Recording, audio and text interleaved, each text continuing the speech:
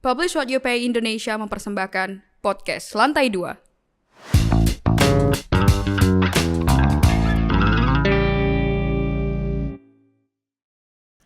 Oke, halo semuanya. Selamat datang di podcast Lantai 2. Yeay, aku kembali lagi guys bersama aku Apris, Citra Regina Apris. Dan aku bakalan nemenin kalian di podcast episode kali ini. Dan kali ini seru banget guys. Hari ini kita akan membahas transisi energi berkeadilan dalam perspektif perempuan. Kenapa? Karena sebenarnya transisi energi berkeadilan ini masih banyak catatan nih di Indonesia. Masih adanya ketergantungan terhadap penggunaan batu bara, semakin meningkatnya dampak pencemaran lingkungan, terus habis itu ada dampak aspek sosial dan ekonomi, tidak ada partisipasi masyarakat yang berarti, tidak ada mekanisme pengaduan yang efektif yang dapat diakses publik, serta transisi energi ini masih maskulin gitu, yang seperti kita tahu ya. Nah sekarang aku ditemenin sama seseorang yang spesial banget, yaitu Kak Arma. Halo Kak Arma. Hai Apris. Hai, jadi Kak Arma ini adalah seorang pegiat aktivis perempuan ya, dan beliau juga adalah seorang ketua Badan Eksekutif Nasional Solidaritas Perempuan. Seru banget kan narasumber kita kali ini. Boleh yuk Kak Arma kenalan dulu. Aku nyapanya gimana nih sahabat Apris, sahabat PWYP boleh. Sahabat PWYP semuanya, salam kenal. Aku Armayanti Sanusi dari Solidaritas Perempuan. Hobinya apa nih Kak Arma? Oh, hobiku macam-macam sih, tapi yang lebih ini banyak diskusi sama teman-teman di akar rumput. Wah keren banget, itu hobinya sangat-sangat ini banget ya guys ya, menjiwai Kak Arma sebagai solidaritas perempuan gitu. Oke Kak Arma, langsung aja aku nanya, karena kita ngomongin tentang transisi energi yang berkeadilan. Sebenarnya apa sih makna transisi energi berkeadilan kalau untuk perempuan? Sebelumnya mungkin kita harus juga melihat gitu ya, bagaimana kemudian pengalaman empiris perempuan hari ini terhadap pengelolaan sumber daya alam dan juga lingkungan. Nah, selain itu juga perempuan sebenarnya memiliki relasi yang holistik antara alam dan juga lingkungan, karena alam sebenarnya menjadi media bagi perempuan selain juga melakukan aksi-aksi dalam adaptasi dan mitigasi iklim, tetapi juga sebagai media di dalam melestarikan budaya dan keyakinan mereka yang paling fundamental.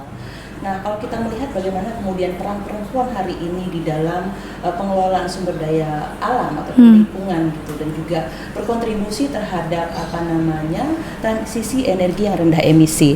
Misalnya kita melihat bagaimana kemudian peran perempuan petani hari ini yang kemudian masih menerapkan sistem pertanian lokal yang sama sekali itu rendah emisi. Misalnya mereka tidak menggunakan alat berat ataupun alat-alat modern yang sebenarnya itu menggunakan energi yang cukup tinggi, misalnya traktor dan lain sebagainya. Termasuk juga bagaimana kemudian perempuan mengairi sawahnya dengan tradisional itu sangat rendah emisi gitu ya. Dan juga kita melihat bagaimana kemudian peran perempuan nelayan hari ini. Perempuan sama sekali tidak menggunakan bahan bakar solar misalnya ke tengah laut untuk mencari ikan. Mereka masih membudayakan misalnya mencari ikan di pinggiran. Misalnya ada nelayan tradisional di Lampung, mereka masih sangat tradisional dengan memancing dan menebar jaring di pinggiran pantai. Bahkan juga ada nelayan perempuan pencari kerang yang kemudian tidak ke tengah laut dan tidak menggunakan energi yang kemudian sangat konsumtif hari itu kan. Nah, selain itu juga peran perempuan karena peran gender perempuan itu sebagai penyedia pangan keluarga di rumah tangga.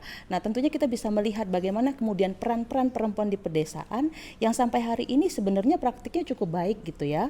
Mereka kemudian menggantikan energi listrik itu seperti tetap mencari kayu bakar di hutan, lalu kemudian juga bicara bagaimana kemudian mereka mulai menggunakan biomasa dari ternak dan lain sebagainya. Ini adalah praktik-praktik yang dilakukan perempuan sejak dahulu kala gitu ya. Bukan kemudian tercipta hari ini saja Mbak April, tapi sebenarnya sudah dilakukan di dalam aksi-aksi, selain juga bicara bagaimana kemudian mereka melestarikan lingkungan, tetapi juga bicara soal inisiatif-inisiatif mereka di dalam melakukan adaptasi dan mitigasi iklim. Keren banget ya. Jadi memang kalau di akar rumput sebenarnya perempuan juga tidak sebegitu besarnya mengeluarkan emisi gitu ya dalam kegiatan sehari-harinya. Dan kemudian perempuan juga adalah penyedia pangan, penyedia energi juga bagi keluarganya betul, gitu. Betul. Berarti kalau dari menurutnya Kak Arma, sejauh mana sih transisi energi berkeadilan ini sudah melibatkan perempuan?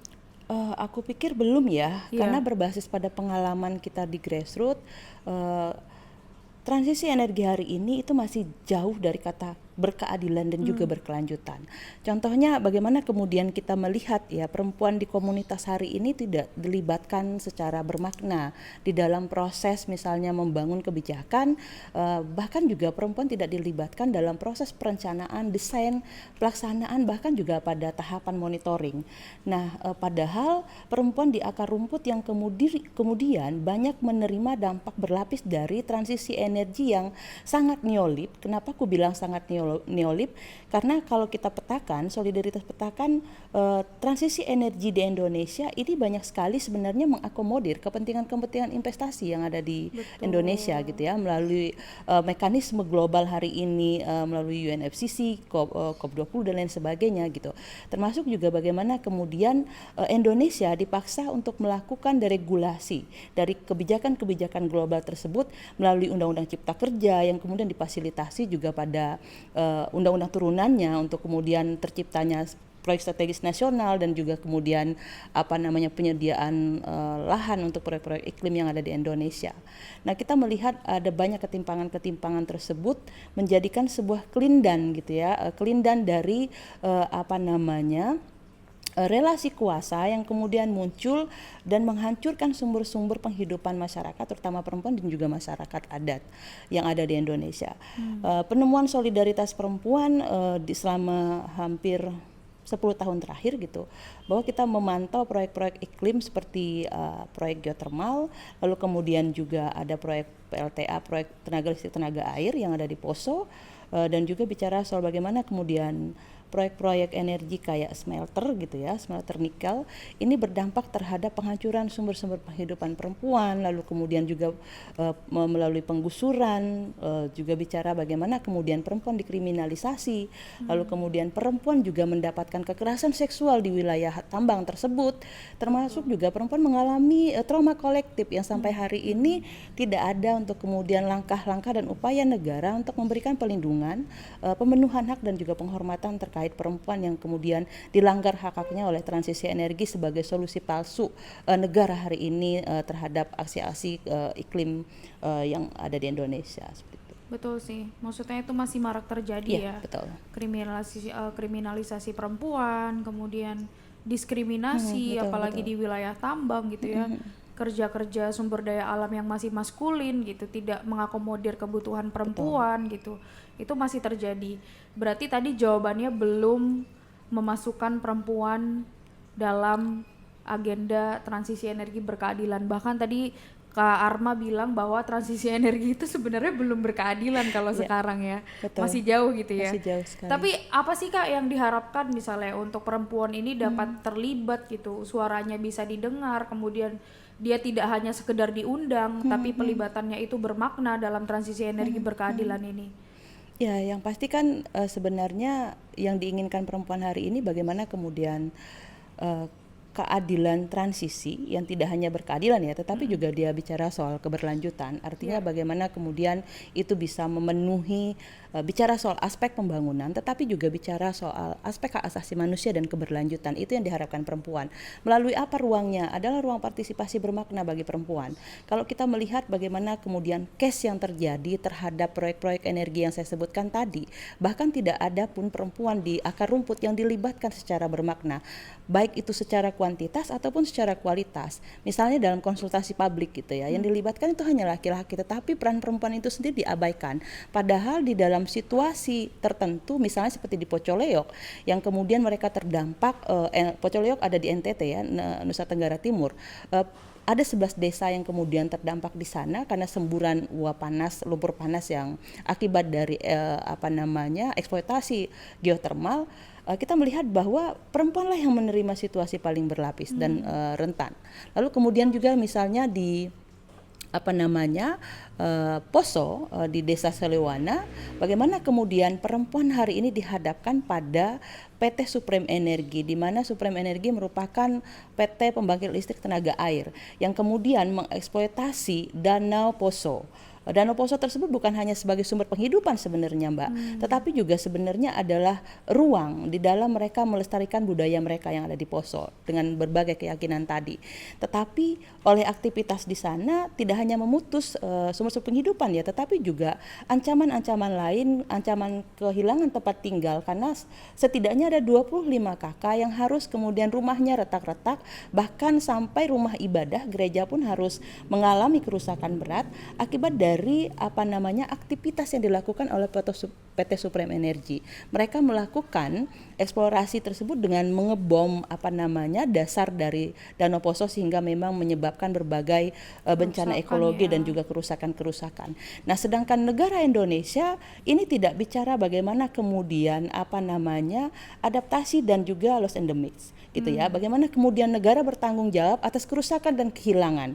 Baik itu kerusakan material ataupun juga bicara soal kehilangan budaya, pengetahuan dan bahkan sumber-sumber lainnya itu tidak pernah dipertanggungjawabkan oleh negara gitu ya.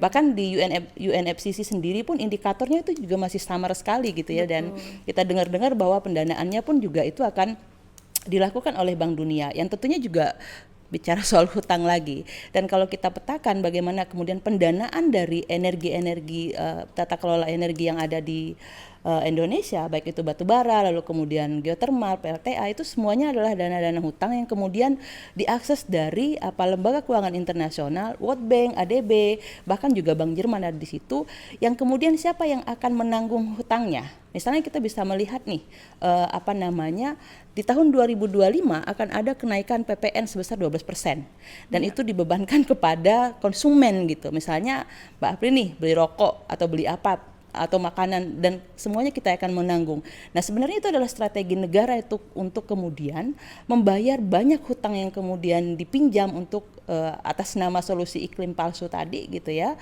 melalui proyek-proyek hutang dana multilateral. Tetapi rakyat yang kemudian dikorbankan.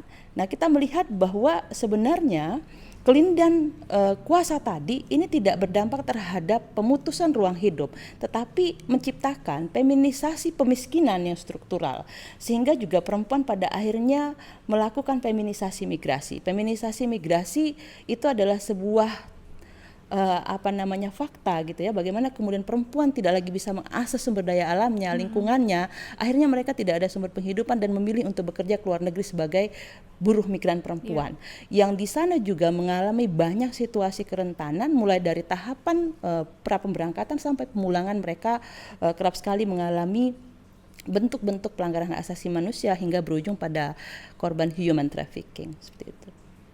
Wah, menarik banget ya. Ini membuka mata kita kalau memang faktanya itu yang terjadi seperti itu, teman-teman, di lapangan. Kadang kita di nasional mungkin kita tidak merasakan gitu ya. Kita yang ada di Jakarta, kita tidak merasakan apa yang dilalui oleh perempuan-perempuan di akar rumput gitu. Tapi setelah mendengar dari Kak Arma cerita tadi, agak miris ya sebenarnya, ironi juga ya.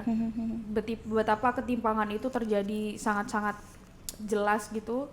Dan kemudian menjadi challenge juga bagi negara, bagaimana negara bisa mengakomodir perempuan. Sebenarnya kita nggak cuma ngomongin perempuan, tapi kita ngomongin GETSI, gender equality, abis itu disability and social inclusion gitu ya. Jadi bagaimana negara bisa mengakomodir GETSI ini untuk terlibat dalam proses transisi energi berkeadilan, karena kan kata-kata berkeadilan itu sendiri sebenarnya samar ininya pengertiannya gitu. Cuman kalau dari yang tadi Kak Arma sampaikan memang agak masih jauh ya kita untuk ke sana. Tapi bisa nggak tuh Kak Arma, maksudnya adakah harapan bahwa Indonesia tuh bisa kok punya proses transisi energi yang berkeadilan? Aku pikir itu bisa ya, ketika memang negara benar-benar melibatkan pemangku kepentingan. Artinya pemangku kepentingan adalah semua entitas ataupun subjek yang ada di negeri ini, yang baik tadi Mbak apa namanya April sampaikan ya, bahwa ada teman-teman JETSI, lalu kemudian kelompok rentan, masyarakat adat dan semuanya gitu. Itu dilibatkan di dalam proses penyusunan kebijakan, bahkan pada perencanaan pembangunan dan bahkan pada evaluasi. Saya pikir itu sangat relevan, dan bagaimana juga kemudian negara di-challenge sama kita semua tentunya untuk kemudian merecovery gitu ya, inisiatif-inisiatif lokal yang berbasis pada pengalaman, pengetahuan masyarakat dan juga perempuan di dalam mengadaptasi dan mitigasi iklim selama ini. Ini kan sangat jauh dari kerangka pikir negara gitu ya. Bahkan kita baru-baru ini dikagetkan dengan adanya Rencana Aksi Nasional Gender Perubahan Iklim yang tiba-tiba diluncurkan oleh KPPA dan juga Kementerian Lingkungan Hidup, yang sebenarnya kita nggak tahu kapan penyusunan ini, apakah melibatkan kita atau tidak. Saya pikir PBYP juga tidak dilibatkan, apalagi SP tidak dilibatkan, apalagi perempuan yang ada di akar rumput. Mungkin nggak mereka ke Jakarta dan membangun itu misalnya. Saya pikir itu sangat jauh. Artinya kita melihat bahwa dari proses perencanaan pembangunan dokumen yang seharusnya secara substansi itu dihadirkan banyak pemangku kepentingan gitu ya, dari semua sektor, perempuan, nelayan, masyarakat adat, teman-teman GETSI dan lain sebagainya, termasuk juga teman-teman kelompok rentan lainnya itu juga terlibat di dalam penyusunan RAN tersebut. Tetapi faktanya enggak gitu kan, itu hanya di atas kertas sebagai syarat untuk kemudian pada akhirnya kita bersubjektif gitu ya Mbak, sebagai syarat negara untuk mengakses pendanaan gitu ya, pendanaan di luar UNFCCC kah atau memang di dalam mekanisme UNFCCC yang lagi-lagi dana hutang gitu. Itu hanya kemudian menjadi syarat untuk mengakses pendanaan Green Climate Fund gitu ya, yang kemudian diganyang-ganyang salah satu syaratnya harus ada rencana aksi nasional yang berbasis pada keadilan gender gitu. Jadi itu salah satu persyaratan. Iya, persyaratan. Gitu ya. Tetapi nggak benar-benar bagaimana kemudian dokumen tersebut itu menyasar pada kebutuhan ataupun situasi yang dialami oleh perempuan di berbagai sektor tadi gitu. Sangat disayangkan ya Kak ya. Jadi kalau misalnya, tapi dokumen itu udah keluar? Udah di launching, dan itu ADB yang kemudian membiayai, dan kita tahu bagaimana kemudian ADB memberikan dampak pelanggaran hak asasi manusia gitu ya, melalui bagaimana kemudian pembangunan ekstraktif yang kemudian dibiayai oleh ADB. Artinya memang kita melihat bahwa ada dua mata pisau yang berbeda ya, antara kalau negara bicara soal spirit, bagaimana kemudian merubah situasi adaptasi dan mitigasi iklim di Indonesia dengan berbagai upaya tadi, termasuk juga melakukan pendekatan-pendekatan keadilan gender di dalamnya. Tetapi di sisi lain ada proyek-proyek yang kemudian dibiayai gitu oleh bank-bank multilateral yang kemudian berdampak terhadap kemiskinan struktural tadi yang saya sampaikan. Artinya kan ini sebenarnya tidak menyelesaikan persoalan secara komprehensif dan serius ya, tetapi saya nggak tahu apakah negara hanya main-main saja atau memang gimana ya, karena kita melihat banyak ketidakadilan yang kemudian harus muncul, banyak gap yang kemudian harus muncul, dan itu tentunya memperparah situasi perempuan. Misalnya kita melihat bagaimana kemudian teman-teman mungkin juga udah dapat dan membaca itu ya, rencana RPJMN 2025 sampai 2029 ya. Bagaimana kemudian kita melihat di situ misalnya bicara soal tantangan negara di dalam pemenuhan perlindungan bagi perempuan dan anak, kita melihatnya sangat pragmatis gitu.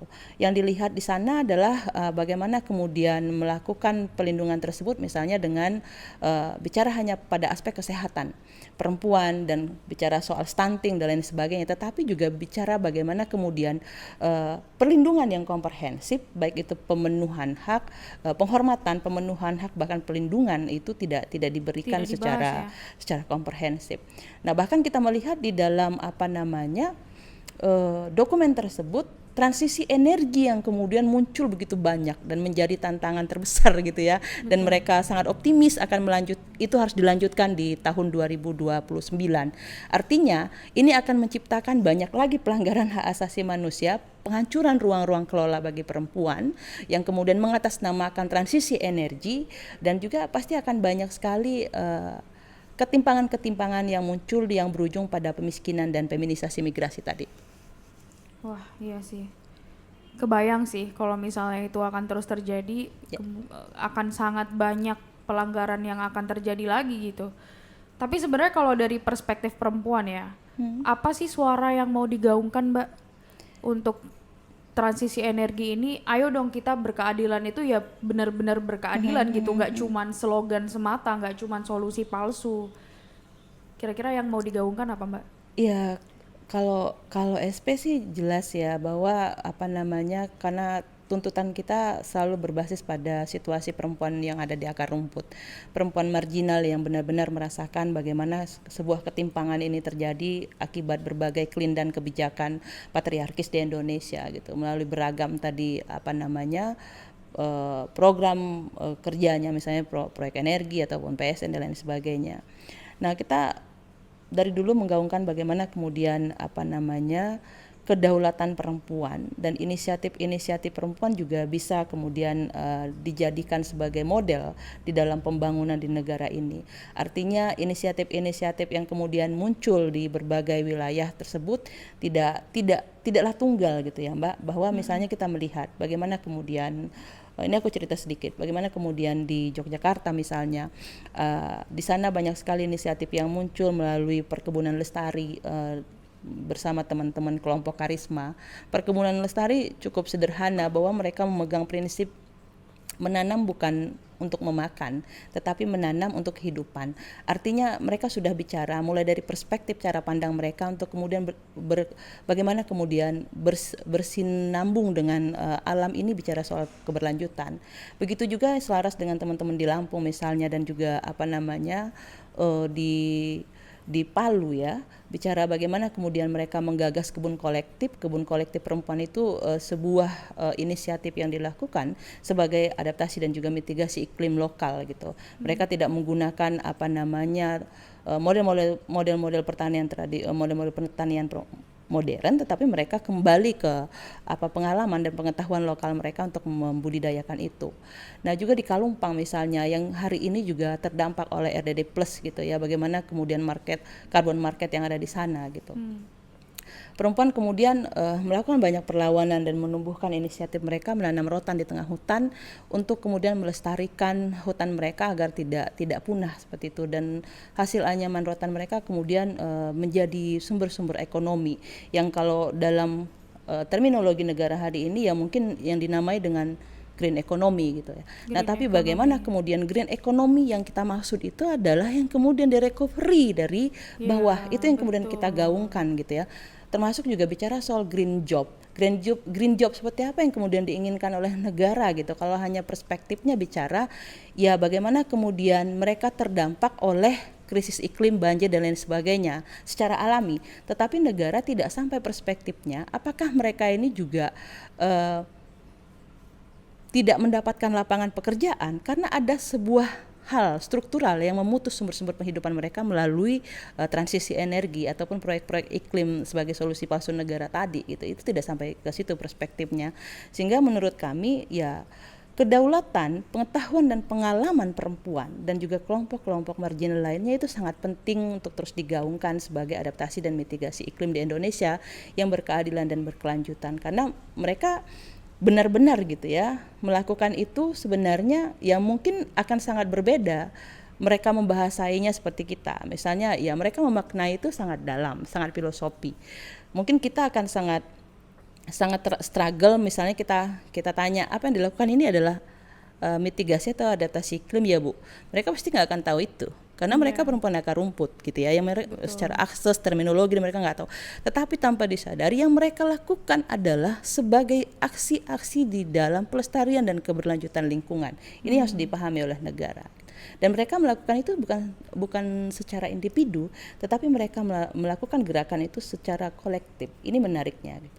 Jadi itu salah satu praktik baik yang sudah dilakukan oleh perempuan di komunitas gitu ya. Betul. Ya saya rasa mungkin orang-orang yang di atas sana tidak akan mengerti rasanya karena mereka tidak pernah merasakan bagaimana mereka harus menggunakan energi yang sangat-sangat hemat gitu ya. Betul. Energi bersih gitu.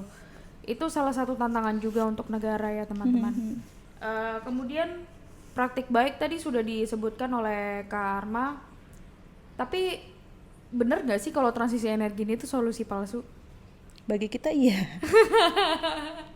Ya, Gimana iya tuh ya. Kak? Kalau ya bagi kita dan bagi perempuan akar rumput ya solusi palsu karena memang udah banyak sekali pembuktian itu. Misalnya yang saya sebutkan tadi pembangkit listrik tenaga uap misalnya yang kemudian sebagai energi bersih bagi negara gitu ya.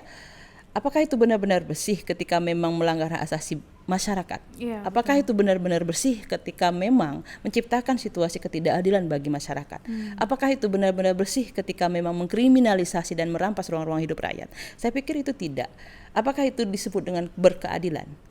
Tidak. Tidak. Kita sepakat untuk tidak. Iya. Artinya memang itu solusi palsu yang kemudian diciptakan oleh negara untuk terus mengeksploitasi sumber daya alam di Indonesia dan menghancurkan sumber-sumber ekonomi dan penghidupan bagi rakyat terutama. Oke.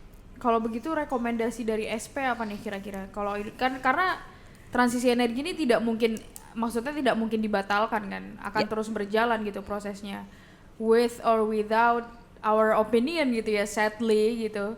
Padahal kita perlu dilibatkan, kita perlu ikut dalam desain perancangannya, kita perlu menyuarakan suara kita gitu. Tapi yang saya lihat sih ya transisi energi ini akan terus berjalan with or without our opinion. Ya, ya. Kayak yang saya bilang tadi. Jadi rekomendasinya apa nih untuk pemerintah kira-kira? Ya oke lah transisi energi kalian jalankan asalkan apa gitu. Berkeadilan Asalkan dan berkeadilan. berkelanjutan. Hanya dua itu kuncinya, berkeadilan dan Berkeadilan dan berkelanjutan. Iya, berkelanjutan. kita nggak bisa memungkiri bahwa kita memiliki kebutuhan terhadap energi. Tetapi energi yang seperti apa? Tentunya energi yang tidak eksploitatif dan juga bicara soal keberlanjutan. Itu yang kemudian harus direkomendasikan kepada negara. Di mana kunci bisa mendapatkan itu? Partisipasi bermakna masyarakat. Betul. Itu untuk kemudian bisa mendapatkan jawabannya. Semua masyarakat dilibatkan di dalam proses kebijakan, bahkan juga pada proses pemantauan proyek.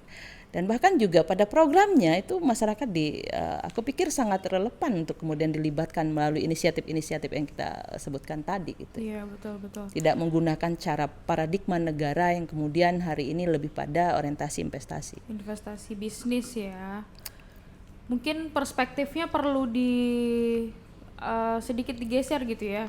Dari yang tadinya investasi hanya untuk mendatangkan dari sektor ekonominya menjadi perspektif pelibatan masyarakat yang bermakna, merasakan dan mendengarkan apa yang sebenarnya masyarakat butuhkan untuk transisi energi gitu ya. Karena itu sih yang belum ada ya Kak Arma ya. Betul. Itu yang belum ada apalagi untuk perempuan, untuk masyarakat umum aja mungkin belum ada apalagi untuk perempuan gitu. Dan apalagi untuk penyandang disabilitas gitu. Ya. Kemarin kita sempat ngobrol juga, kita podcast juga kayak gini dengan teman-teman disabilitas dan mereka juga mengakui bahwa memang belum ada pelibatan yang bermakna gitu. Iya, betul. Garis startnya itu beda gitu antara orang non disabilitas dengan orang yang disabilitas, garis startnya itu sudah berbeda gitu. Makanya yang perlu dilakukan adalah sebenarnya memperbaiki garis startnya dulu dari pemerintah untuk supaya masyarakat ini bisa suaranya itu benar-benar diakomodir gitu, tidak hanya menjadi bualan semata gitu, tidak hanya menjadi angin lalu yang tidak dianggap gitu. Harusnya sih diakomodir yang jauh lebih baik ya Kak Arma ya. Betul. Kalau dari Kak Arma mungkin ada pesan-pesan lagi yang mau disampaikan untuk transisi energi ini? Ya, kalau dari SP sebenarnya kami juga bersama beberapa teman-teman disabilitas gitu ya, dan juga Walhi, Aisel, lalu kemudian Yayasan Pikul. Sebenarnya kami lagi mendorong rancangan undang-undang keadilan iklim. Sebenarnya bagaimana kemudian rancangan undang-undang keadilan iklim ini bisa memenuhi berbagai aspek hak asasi yang kemudian tadi kita sebutkan di awal, termasuk juga bagaimana kemudian tadi apa yang disampaikan ya,